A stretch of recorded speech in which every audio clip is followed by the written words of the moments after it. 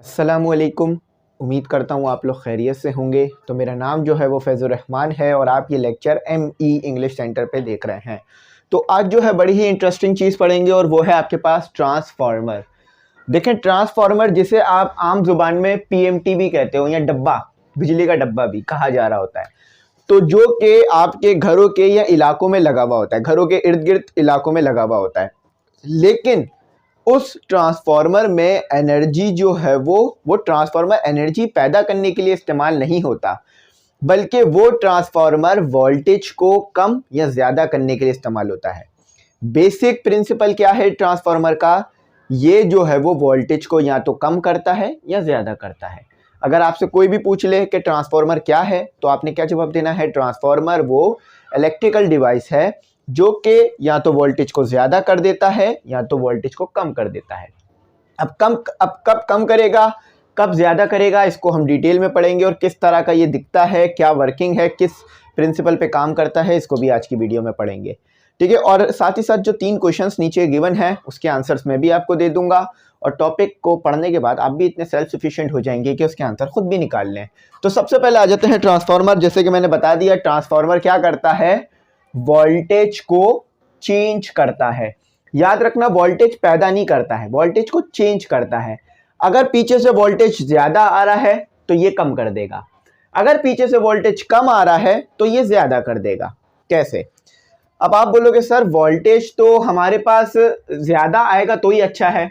नहीं, अगर आपको मैं ज्यादा वोल्टेज दे दूंगा, एक्सेसिव वोल्टेज अगर आपको घर पे मिल जाएगा, तो आपकी जो अप्लायंसेस हैं, ये जो LEDs लगी हुई हैं, ये जो कैमरा सब कुछ लगा हुआ है, ये उड़ जाएगा, क्योंकि हर चीज़ एक लिमिट में वोल्टेज बर्दाश्त कर सकती है। इसको आप इसी तरह समझ लो कि आप एक लिमिट में पानी पी सकते हो, आप अनलिमिटेड पानी नहीं पी सकते या एक लार्ज स्केल पे पानी नहीं पी सकते। फॉर एग्जांपल, मैं आपके सामने 2 जंबो बोतल ला के रख दूँ, बोलो ये तारा पानी पी लो, चाहे वो चलो आपकी मज़ेदार कोल्ड ड्रिंक ही क्यों ना ला के रख दो कि ये आपकी मज़ेदार कोल्ड ड्रिंक, आप ये दोनों पी लो। आप बिल्कुल भी नहीं पी पाओगे दोनों बोतलें, आप थोड़ी बहुत पियोगे, उसके बाद थक जाओगे। तो इसी तरह से हर चीज़ को ख़ास अमाउंट में वोल्टेज चाहिए। तो ट्रांसफार्मर क्या करता है? जितना वोल्टेज आपके घर के लिए बेहतर है वो प्रोवाइड करता है। अब काम कैसे करता है? सबसे पहले मैं इसकी बेसिक नेसेसिटी और बेसिक इसका प्रिंसिपल बताऊंगा। ये है आपके पास वो जगह जहां पर बिजली पैदा की जा रही है। ठीक है, ये जो बॉक्स बना रहा हूं मैं, ये जो बिल्डिंग बना रहा हूं, यहाँ पर बिजली पैदा हो रही है। ठीक है, यहाँ मैं खंबे भी बना देता हूँ क्योंकि यहाँ बिजली पैदा हो रही है। यहाँ से इस बॉक्स को थोड़ा मैं बेहतर बना देता हूँ, चिमनी भी बना देता हूँ यहाँ पर। ठीक है, चिमनी बना देता हूँ। ठीक है, ये वो जगह है जहाँ से बिजली को पैदा किया जा रहा है। आई होप अच्छी समझ में आ रहा हूँ। अच्छा, अब यहाँ से एक तार जो है वो आपके पास ट्रांसफार्मर में जाएगा। यहाँ पर एक ट्रांसफार्मर लगा होगा, ट्रांसफार्मर की शेप्स आपने देखी है। अब ये ट्रांसफार्मर क्या करेगा? ये ट्रांसफार्मर जो है वो दूसरे ट्रांसफार्मर से कनेक्ट होगा और दूसरा ट्रांसफार्मर आपके घर से कनेक्ट होगा। ठीक है, आपके घर से कनेक्ट होगा। ठीक है, ये घर बेहतर बन गया है। चलो, ये आपका घर है, छोटा सा अच्छा सा। ठीक है, ये आपके पास क्या आता है? ये आपके पास एक फैक्ट्री थी, इसको और बेहतर से फैक्ट्री बना देते हैं। ठीक है, ये आपके पास एक फैक्ट्री है, यहां पर 2 ट्रांसफार्मर लगे हुए हैं। अब क्या काम करेगा? ये वाला ट्रांसफार्मर क्या करेगा? वोल्टेज को अप कर देगा, यानी वोल्टेज को बढ़ा देगा। जितना ज्यादा वोल्टेज होगा उतना तेजी में मूव करेगा। अब आपको पता है कि ये जो पावर प्लांट्स होते हैं, जहां पर करंट, जहां पे इलेक्ट्रिसिटी बनाई जाती है, वो आपके घर के करीब नहीं होते, वो आपके घर से बहुत ही ज्यादा दूर होते हैं। अब मैं जिस इलाके में रहता हूं और इस इलाके में जहां से बिजली बनकर आ रही है, वो जगह इस इलाके से कई 100 किलोमीटर दूर होगी, जिस इलाके में मैं रहता हूँ। ठीक है, नाज़िमाबाद में। अब अगर आप जिस कराची में रहते हैं ना, कराची में किसी भी इलाके में रहते हो, तो आपके इलाके में पावर प्लांट नहीं होगा, पावर प्लांट बहुत दूर होगा। क्यों? क्योंकि वहां पर आपको बर्न करनी पड़ती है एनर्जीज हासिल करने के लिए। आपको कोयला बर्न करना पड़ता है, डीजल बर्न करना पड़ता है, जिससे काफ़ी शोर भी होता है, काफ़ी ख़तरा भी होता है अगर वहाँ पे लोग रहेंगे। तो इसीलिए आबादी से दूर बनाए जाते हैं ये पावर स्टेशन, आबादी के दरमियान नहीं। जैसे कि आपको नॉर्मल शॉप आबादी के दरमियान मिल जाती हैं, कपड़ों की, खाने की, पीने की, लेकिन जो बड़ी शॉप्स होती हैं वो आबादी से दूर होती हैं या मार्केट्स में होती है ना। इसी तरह से बिल्कुल पावर प्लांट आपके घर से दूर होने की क्या वजह है? क्योंकि इसे जगह भी ज़्यादा चाहिए होती है, क्योंकि इसके अंदर ख़तरनाक काम हो रहा होता है, क्योंकि इसको जो है वो, इसमें जो है वो आपके पास एनर्जी बनाई जा रही होती है, तो इसलिए इसे शहर से दूर रखा जाता है। अच्छा, अब दूर तो रख लिया है, लेकिन अब बिजली तो आपके पास क्या होगा, आपको करंट चाहिए। तो ये तो इतना ज़्यादा अमाउंट में करंट पैदा नहीं कर रहा है कि आपके घर को डायरेक्ट दे दे, ठीक है। ये क्या करता है, इतना तो पैदा कर देता है कि डायरेक्ट दे सकता है, लेकिन डायरेक्ट आपके घर को करंट नहीं पहुंचाया जाता। पहले क्या करा जाता है, ट्रांसफार्मर में करंट भेज दिया जाता है, ट्रांसफार्मर में वोल्टेज भेज दिया जाता है। वोल्टेज क्या करता है, वो जो वोल्टेज पीछे से कम आता है ना, जो डाउन वोल्टेज आ रहा होता है, ठीक है, जो कम वोल्टेज आता है, ये क्या है वोल्टेज, और ये जो नीचे का साइन बना रहा हूं इसका मतलब है कि एरो को डाउनवर्ड बना रहा हूं, इसका मतलब है कि वोल्टेज कम है। तो ये वोल्टेज कम था, लेकिन ट्रांसफार्मर से जब ये वोल्टेज गुजरता है तो ये वोल्टेज बढ़ जाता है और फिर ये आगे जाता है। अब यहाँ पर वोल्टेज ज़्यादा था तो यहाँ भी वोल्टेज ज़्यादा ही आया होगा, लेकिन ये वोल्टेज ज़्यादा है, अगर आपके घर में ये वोल्टेज आया तो आपको बहुत नुकसान हो सकता है। तो क्या करते हैं, इस ट्रांसफार्मर से जब करंट गुजरता है तो वोल्टेज दोबारा कम हो जाता है और आपके घर में कम अमाउंट में वोल्टेज आता है। तो देखो, इसने कम अमाउंट में वोल्टेज बनाया, आपको भी कम अमाउंट में वोल्टेज मिला। आप बोल सकते हैं कि डायरेक्ट क्यों नहीं कनेक्ट कर देते घर को, डायरेक्ट जो है वो उससे अपना जो ये मैन्युफैक्चरिंग प्लांट है इससे, ये जो हमारे पास प्लांट है पावर प्लांट, इससे। तो देखो, ऐसा नहीं किया जा सकता, क्यों, क्योंकि ये आपके घर से दूर भी है और जितना दूर है उतना ही मुश्किल से एनर्जी आपके पास आएगी। तो इसीलिए स्टेप अप ट्रांसफार्मर का इस्तेमाल कर कर आपको जितनी बिजली चाहिए और जितनी जल्दी चाहिए वो पहुंचा दी जाती है, ठीक है। वैसे तो लाइट स्पीड की जो आपके पास लाइट ऑफ स्पीड है, स्पीड की जो लाइट की स्पीड है वो बहुत ज़्यादा होती है इलेक्ट्रिसिटी की, लेकिन फिर भी आपको जो है वो घर तक पहुंचाने के लिए वोल्टेज को बढ़ाया जाता है, आपके वोल्टेज को बढ़ाया जाता है। तो ये आपके पास एक प्रिंसिपल था। अब ट्रांसफार्मर दिखता कैसा है, अगर आपके घर के बाहर देखें तो ट्रांसफार्मर ऐसे लगा हुआ होता है, ऐसा ट्रांसफार्मर लगा होता है ना। अगर मैं इसकी डायग्राम ड्रॉ करूँ तो इस तरह का ट्रांसफार्मर होता है ना, इस तरह का ट्रांसफार्मर लगा होता है, उसके इर्द गिर्द ये गोल गोल से चक्कर डले हुए होते हैं। कभी भी गलती से भी ट्रांसफार्मर में ना कुछ फेंके ना कुछ हाथ लगाएं, इस तरह का होता है ना ट्रांसफार्मर आपके घर के इर्द गिर्द। मैंने कोशिश की है वैसा बनाऊं, वैसा लग तो नहीं रहा होगा लेकिन पूरी कोशिश की है, क्योंकि इस तरह का ट्रांसफार्मर होता है। लेकिन उसके अंदर क्या चीज़ होती है, देखो, अगर बहुत सिंपल ट्रांसफार्मर बनाए ना, बहुत सिंपल ABCD अगर ट्रांसफार्मर की ड्रॉ करें तो वो ऐसा होता है। एक आपके पास बड़ा सा कॉइल होता है, एक आपके पास बड़ा सा कॉइल होता है, ठीक है, ये आपके पास एक कॉइल हो गया, ठीक है। इस कॉइल के ऊपर तार लपटे हुए होते हैं। अच्छा, यहाँ पर आपके पास एक और कॉइल आ गया, यहाँ पर आपके पास एक और कॉइल आ गया, ठीक है। इस कॉइल पे भी तार लपटा हुआ होता है, ठीक है। ये आपके पास एक आयरन की रॉड हो गई, ठीक है, कॉइल नहीं, ये रॉड है बेसिकली, इस पे कॉइल लपटा हुआ होता है। अब यहाँ पर आपके पास क्या है, कॉइल लगी हुई है, कॉइल लगी हुई है। म्यूचुअल इंडक्शन का प्रिंसिपल जो पढ़ा था ये उसी प्रिंसिपल पे काम करता है। अच्छा, अब देखना, अगर इसमें टन कम है, अगर इसमें टन कम है, ठीक है, अगर इसमें ये जो आयरन की रॉड थी इसके अंदर अगर टन कम लगे हुए हैं, यानी आपने बहुत कम बार घुमाया है कॉइल को इसके ऊपर, तो ये वोल्टेज को डिक्रीज कर देगा। यहाँ से वोल्टेज ज़्यादा आ रहा होगा, ये वोल्टेज को कम कर देगा, क्योंकि हमने पढ़ा है ना नंबर ऑफ टर्न पे डिपेंड करता है म्यूचुअल इंडक्शन। तो जितना ज़्यादा आपके पास टर्न होगा उतना ही ज़्यादा वोल्टेज, इंड्यूस वोल्टेज पैदा होगा। तो इसमें टर्न कम होते हैं, ये क्या करता है, वोल्टेज को कम कर देता है, ठीक है। अच्छा, अब इसी के साथ दूसरा भी ट्रांसफार्मर, तो ये कौन सा हो गया, स्टेप, ये हो गया आपके पास स्टेप डाउन ट्रांसफार्मर। अब स्टेप डाउन ट्रांसफार्मर कौन सा होता है, सिंपल है, जो कि वोल्टेज को कम कर दे, ठीक है, वोल्टेज को डिक्रीज करते, voltage TAG, voltage decrease, DECREAS, decrease, ठीक है। तो स्टेप डाउन ट्रांसफार्मर कौन सा होता है, जो कि वोल्टेज को कम कर दे। और स्टेप अप, इसकी डायग्राम बुक में भी बनी हुई है, मैं बुक में भी आप हवाला दे देता हूँ आपको, उसमें से भी देख लीजिएगा डायरेक्ट। आपके पास बुक में जो डायग्राम बनी हुई है वो बनी हुई है पेज नंबर 146 पर, वो देख लें, ठीक है। अब आ जाते हैं स्टेप अप, ठीक है, स्टेप अप ये क्या करता है, वोल्टेज को बढ़ा देता है। काम कैसे करता है, voltage TAGE, voltage increase, CREAS, increase, ठीक है, ये वोल्टेज इंक्रीज करेगा। कैसे इंक्रीज करेगा, ये आपके पास वही एक आयरन की रॉड हो गई, ठीक है। अच्छा, जितने ज्यादा नंबर ऑफ टर्न होंगे उतना ही ज्यादा करंट पैदा होगा। जब भी VS is equal to NS होता है और VP is equal to NP होता है। अच्छा, अब देखो इधर नंबर ऑफ टर्न कम है तो यानी करंट, वोल्टेज कम आ रहा है, वोल्टेज कम है तो वोल्टेज इसमें आ रहा होगा कम, लेकिन ये प्राइमरी होगा, ये प्राइमरी आपके पास हो गई कॉइल, ये प्राइमरी कॉइल हो गई, ये सेकेंडरी। याद रखना, प्राइमरी कॉइल की वजह से सेकेंडरी कॉइल में करंट पैदा हो जाए, इसको बोलते हैं म्यूचुअल इंडक्शन। और इसी से पहले मैंने आपको म्यूचुअल इंडक्शन का टॉपिक पूरा कराया है। आप लिखिएगा mutual induction, ME English centre, video मिल जाएगी, ठीक है। तो ये आ गई सेकेंडरी कॉइल। सेकेंडरी कॉइल में टर्न बहुत ज़्यादा होते हैं, बहुत ज़्यादा टर्न लगे हुए होते हैं। देखो मैंने इतने ज़्यादा टर्न बना दिए कि वो शायद आपको सेपरेट नज़र भी नहीं आ रहे होंगे। तो इससे क्या होता है, वोल्टेज बहुत बढ़ जाता है, कम वोल्टेज जो आता है वो बढ़ जाता है। फॉर एग्जाम्पल ये समझ लीजिए कि आपके पास 5 रुपये थे, आप अपने अब्बू के पास लेके गए उस 5 रुपये को, तो वो क्या करा, आपके अब्बू ने उसे 10 रुपये कर दिया, ठीक है। इसी तरह यहाँ भी हो रहा है, क्या आपके पास करंट कम था, वोल्टेज कम था, यहाँ आया ज़्यादा हो गया, ठीक है।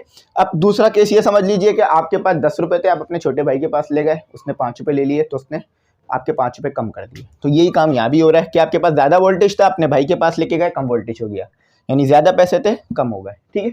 तो स्टेप अप स्टेप डाउन ये है। तो ट्रांसफार्मर ऐसा दिखता है, ठीक है। बेसिक ट्रांसफार्मर जो है ना वो ऐसा दिखता है। अच्छा, ये दोनों जो कॉइल है ना वो मैंने सेपरेट बना दिए हैं, लेकिन ये ऐसे करके आपस में जुड़े हुए होते हैं, ये ऐसे करके आपस में जुड़े हुए होते हैं, ये ऐसे करके आपस में जुड़े हुए होते हैं, ठीक है, ऐसे करके आपस में जुड़े हुए होते हैं। और यही चीज़ जो आपके घर पे लगे हुए होते हैं, घर के बाहर जो ट्रांसफार्मर लगे होते हैं, घर पे तो कोई नहीं लगाएगा ऐसे, तो घर के बाहर जो लगे होते हैं ट्रांसफार्मर, उसमें यही चीज़ होती है, लेकिन वो थोड़ा सा मुख्तलिफ होता है। अच्छा याद रखिएगा, ये कॉइल जो है ना वो इंसुलेटेड होती है। इंसुलेटेड यानी इसके ऊपर एक मटेरियल लपेट दिया जाता है। मटेरियल क्यों लपेटा जाता है इस पर, ताकि जो है वो ताकि इलेक्ट्रिकल एनर्जी वेस्ट ना हो, ताकि एनर्जी वेस्ट ना हो, हीट पैदा ना हो, पावर डेसिपेशन ना हो, ठीक है। तो ये इस काम के लिए करा जाता है। अब इसको मैं थोड़ा सा मिटा देता हूँ, आप इसको बना लो, और अब हम बुक से पढ़ते हैं, बुक से हेल्प लेते हैं। ये जो चीज़ें मैंने बताई हैं इसे याद रखना। ट्रांसफार्मर वो डिवाइस है जो कि या तो वोल्टेज को बढ़ा देता है या तो वोल्टेज को कम कर देता है। जो ट्रांसफार्मर वोल्टेज को बढ़ाता है, ठीक है, सेकेंडरी कॉइल में, उसको बोलते हैं हम स्टेप अप ट्रांसफार्मर। जो ट्रांसफार्मर वोल्टेज को कम करता है उसे बोलते हैं हम स्टेप डाउन ट्रांसफार्मर। और ट्रांसफार्मर को किस प्रिंसिपल पे काम करता है, यहाँ लिख लो, यहाँ लिख लो, TRANSFORMER।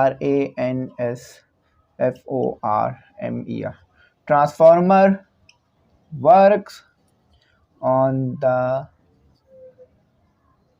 Principal of transformer works on the principle of mutual mutual induction, ठीक है। ये मेरी आदत है कि मैं बीच में भी ना कैपिटल वर्ड्स बना देता हूँ। तो ये है ट्रांसफार्मर किस प्रिंसिपल पे काम करता है, म्यूचुअल इंडक्शन, यानी एक कॉइल में करंट हो तो दूसरे कॉइल में करंट पैदा हो जाए। और वो कैसे होता है, मैग्नेटिक फ्लक्स की वजह से। देखिए अगर आप ये सोच रहे हैं कि मैं पहली बार डायरेक्ट इसी टॉपिक से सब समझ लूँ, तो ये पॉसिबल नहीं है। इससे पहले जो 3 टॉपिक अपलोड किए मैंने, म्यूचुअल इंडक्शन का और मैग्नेटिक फ्लक्स का, सेल्फ इलेक्ट्रोमैग्नेटिक इंडक्शन का, वो देख लो, ताकि यहाँ पर जो आओ तो वो आपको बात पता हो कि मैं क्या कह रहा हूँ, ठीक है। जिन बच्चों ने देख लिया है वो इस बात को जानते होंगे।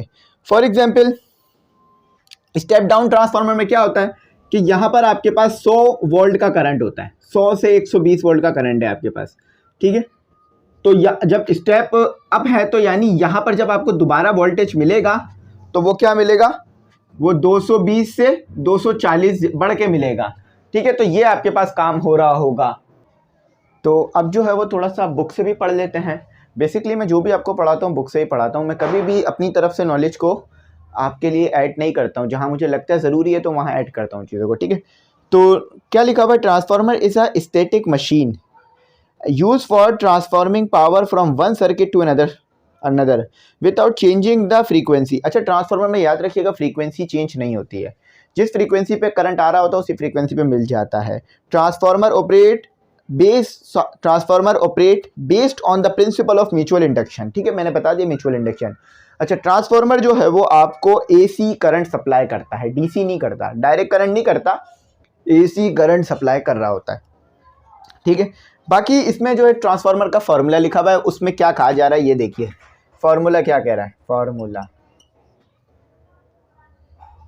ठीक है, मैं फॉर्मूला यहाँ लिखता हूँ कि फॉर्मूले में आपको क्या कहा जा रहा है कि V S equal to N S, और V P equal to N P. अगर ये फॉर्मूला ऐसे लिखा हुआ होता तो भी सही है, V P V S equal to N P upon V P, ठीक है, दोनों सिचुएशन में फॉर्मूला सही होता, ठीक है। अच्छा, अब यहाँ क्या रहे हैं, यहाँ कह रहे हैं कि आपके पास जितने ज़्यादा टर्न होंगे सेकेंडरी कॉइल में उतना ज़्यादा आपके पास वोल्टेज होगा, यानी जितने ज़्यादा टर्न होंगे सेकेंडरी कॉइल में उतना ज़्यादा वोल्टेज होगा। यहाँ पर मैं एक ट्रांसफार्मर ड्रॉ कर देता हूँ, ठीक है, ये आपका एक ट्रांसफार्मर आ गया, ठीक है। तो ये आपके पास होता है N1 या आप इसे NP कहते हो, ठीक है, और ये आपके पास होता है NV। अच्छा, अब इसका जो वोल्टेज होता है वो VP कहलाता है, S, ठीक है, और इसका जो वोल्टेज है वो VS कहलाता है। और ये होते हैं आपके पास टर्न्स, ये कॉइल इसके ऊपर लपटी हुई होती है, इसे कहते हो आप टर्न्स। और यहाँ पर भी आपके पास एक कॉइल लपटी हुई होती है जिसे आप कहते हो टर्न्स। तो जितने ज़्यादा टर्न्स होंगे प्राइमरी कॉइल में उतना ज़्यादा वोल्टेज होगा प्राइमरी कॉइल में, और अगर टर्न्स कम है सेकेंडरी कॉइल में तो वोल्टेज कम होगा सेकेंडरी कॉइल में, अगर टर्न्स ज़्यादा है सेकेंडरी कॉइल में तो वोल्टेज ज़्यादा होगा सेकेंडरी कॉइल में।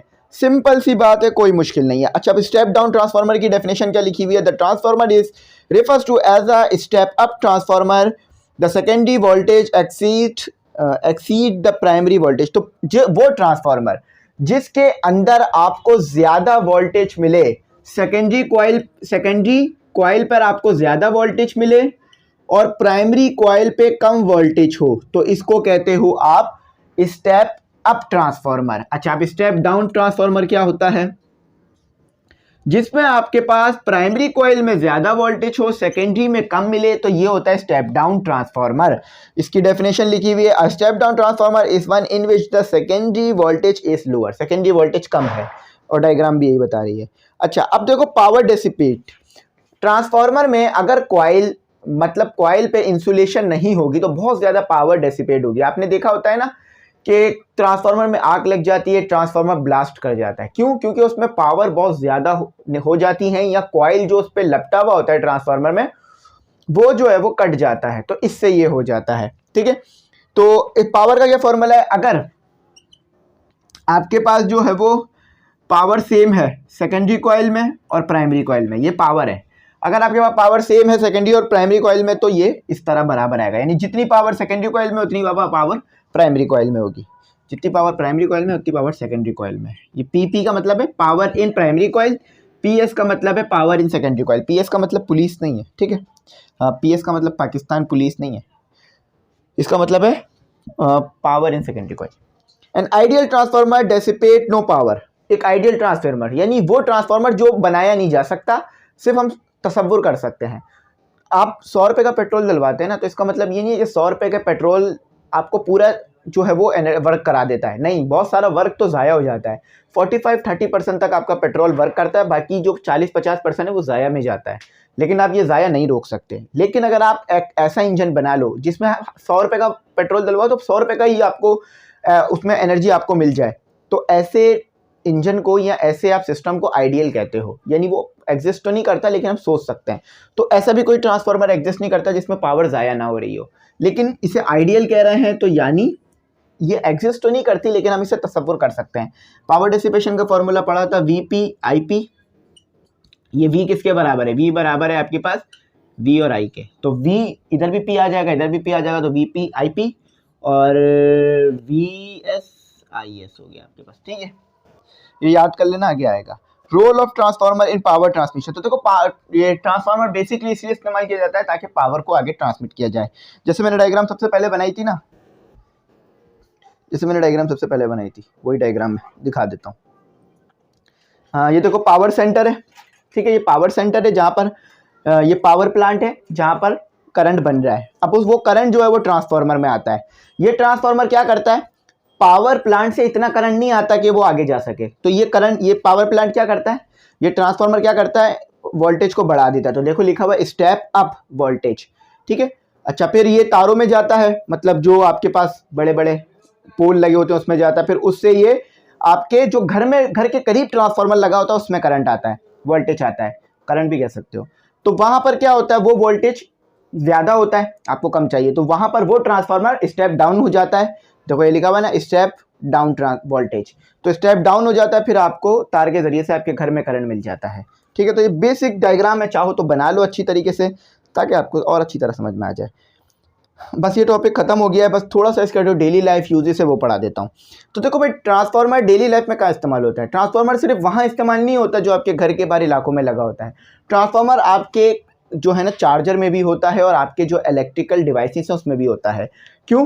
क्योंकि ये बेसिकली वोल्टेज कम या ज़्यादा करता है। तो कुछ डिवाइसेस ऐसी होती हैं जिन्हें कम वोल्टेज चाहिए होता है चलने के लिए।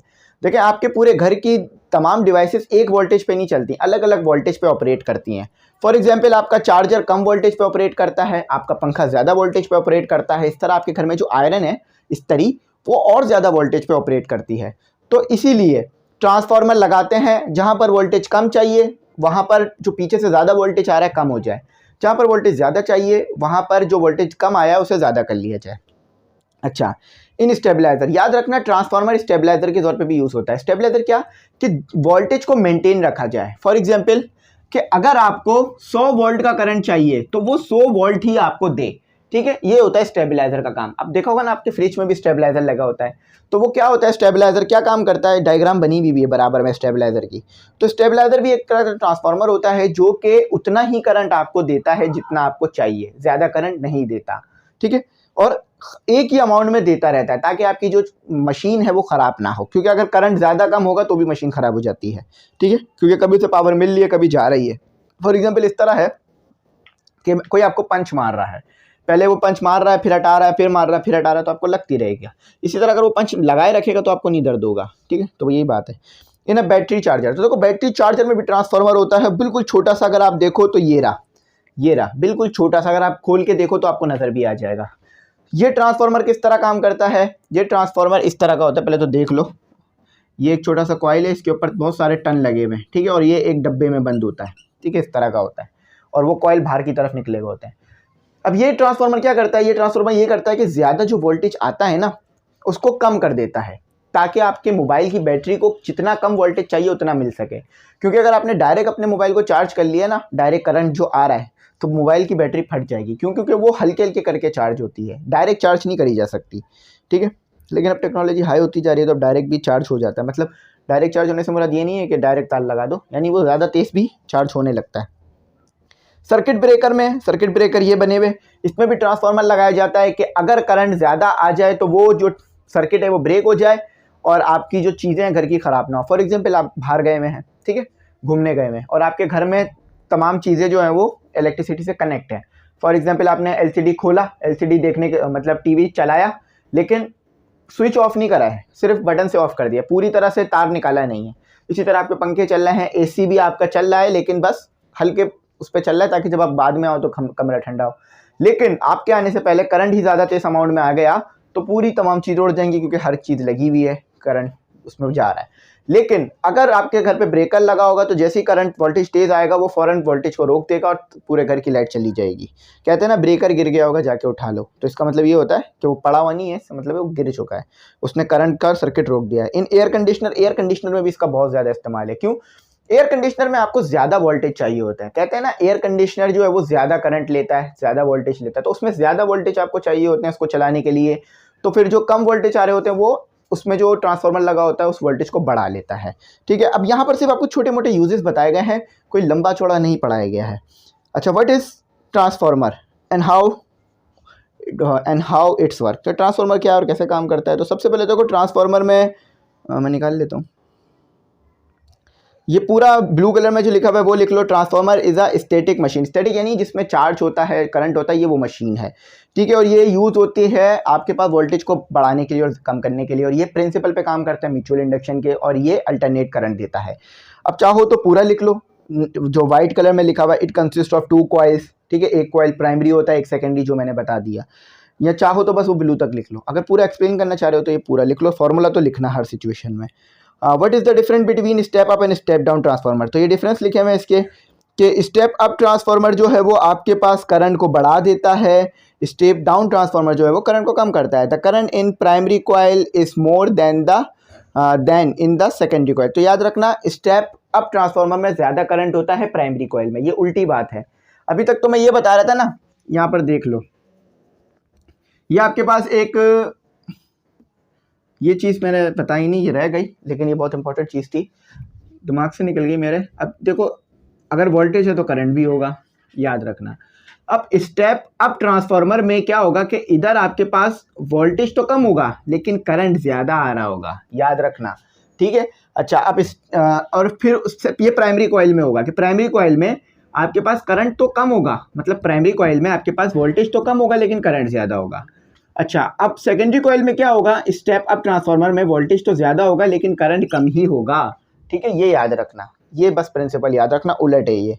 The current in the primary coil is less, तो स्टेप डाउन में प्राइमरी कॉइल में तो करंट कम होता है लेकिन सेकेंडरी कॉइल में करंट ज़्यादा आ रहा होता है, लेकिन वोल्टेज जो है वो ज़्यादा होता है आपके पास स्टेप डाउन ट्रांसफार्मर में, ठीक है, प्राइमरी कॉइल में। अब स्टेप डाउन ट्रांसफार्मर बनाता हूँ, ठीक है, स्टेप डाउन।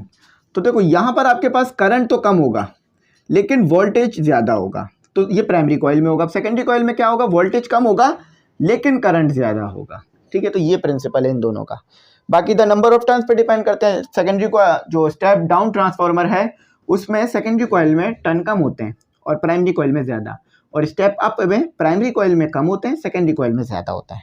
ये आप लोग पढ़िएगा, याद रख लीजिएगा, दोनों ही एसी करंट देते हैं, ये इनमें सिमिलरिटी है, चाहे स्टेप अप हो या स्टेप डाउन हो। अच्छा, for what purpose step up and step down transformer, step up और स्टेप डाउन ट्रांसफार्मर क्यों यूज़ करते हो, है तो बेसिकली दोनों ही ट्रांसफार्मर। फॉर एग्जांपल आपके पास एक चार्जर है आईफोन का और एक चार्जर है आपके पास एंड्रॉइड का। मैं बोलूँ आप चार्जर तो चार्जर है, चाहे एंड्रॉइड का इस्तेमाल करो या आप उसका इस्तेमाल करो आईफोन का, लेकिन आप बोलोगे कि जो डेटा केबल है उसमें डिफरेंस है, यानी एक में टाइप सी आ रही है और एक में आईफोन वाली आ रही है। तो इसी तरह से स्टेप अप और स्टेप डाउन भी है कि स्टेप अप जो है वो करंट को बढ़ाने के लिए इस्तेमाल, वोल्टेज को बढ़ाने के लिए इस्तेमाल होता है लेकिन करंट को कम करने के लिए, और स्टेप डाउन जो है वो करंट को तो बढ़ाता है लेकिन वोल्टेज को कम करता है सेकेंडरी कॉइल में। प्राइमरी कॉइल में इसका उलट होता है।